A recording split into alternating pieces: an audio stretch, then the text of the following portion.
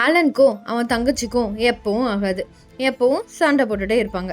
இப்போ கூட ஆலன் அவனோட தங்கச்சி லிப்ஸ்டிக்கை ஒரு பொண்ணை இம்ப்ரெஸ் பண்ண எடுத்து கொடுத்துருப்பான். அதுக்கு தான் சண்டை போட்டுட்டு இருக்காங்க. இப்படியே டேஸ் போகுது. ஆலனும் அவன் தங்கச்சியும் ஒரே ஸ்கூல் தான் படிக்கிறாங்க. ஒரு நாள் ஆலனோட தங்கச்சி ஃப்ரெண்ட்ஸ் கூட மூவி போய் ஹெட் மாஸ்டர் கிட்ட மாட்டிருப்பா. அதனால ஆலனோட பேரண்ட்ஸ் ரொம்ப கஷ்டப்பட்டிருப்பாங்க. அதிலிருந்து ஆலன் அவன் தங்கச்சி கூட பேசுகிறதே நிப்பாட்டிட்டான். ஆலன் 12th ஃபினிஷ் பண்ணிவிட்டு அப்ராடில் போய் பார்ட் டைமாக ஒர்க் பண்ணிட்டு படிச்சுட்டு இருக்கான்.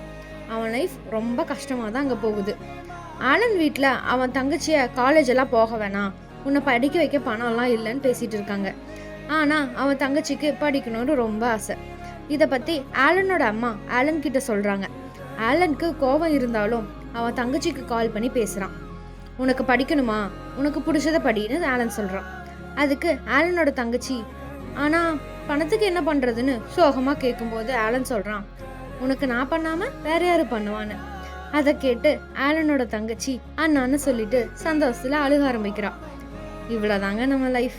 நம்ம எல்லாரும் நம்ம லைஃப்பில் எவ்வளோ ஸ்ட்ரகிள்ஸாக ஃபேஸ் பண்ணாலும் நான் இருக்குன்னு சொல்ல ஒருத்தர் இருந்தால் போதும், எதுனாலும் ஃபேஸ் பண்ணிடலாம்.